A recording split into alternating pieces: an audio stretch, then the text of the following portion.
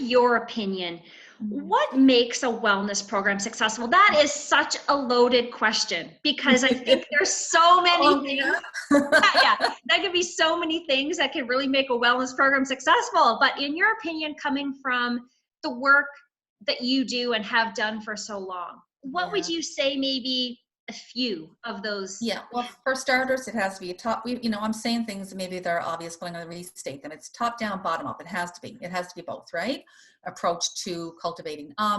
Bring in a cross section. Like I said, your stakeholders, your union, your insurance reps, your benefits.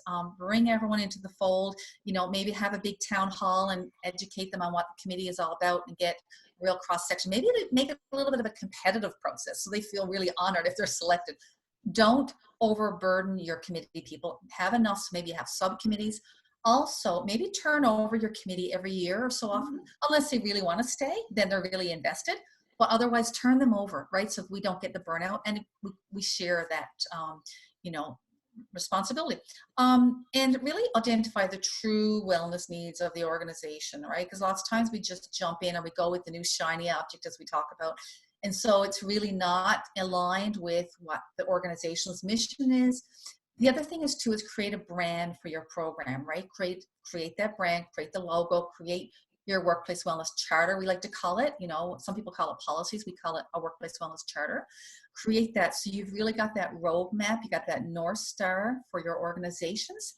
And then cultivate the total worker health. If you haven't seen the NIOSH model, I really encourage you in the US to go look at the total worker health model, because they look at the totality of the employee and the organization. And it's a really multi-dimensional view. So we're not just working from a health model in our wellness programs, we're working from a very multi-dimensional. And unfortunately, some programs fall a little short of that. They don't take the broad view, right, in their programming.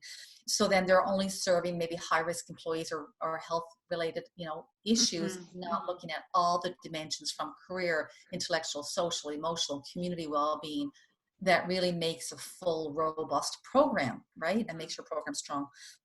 And have really high impact communications and promotions.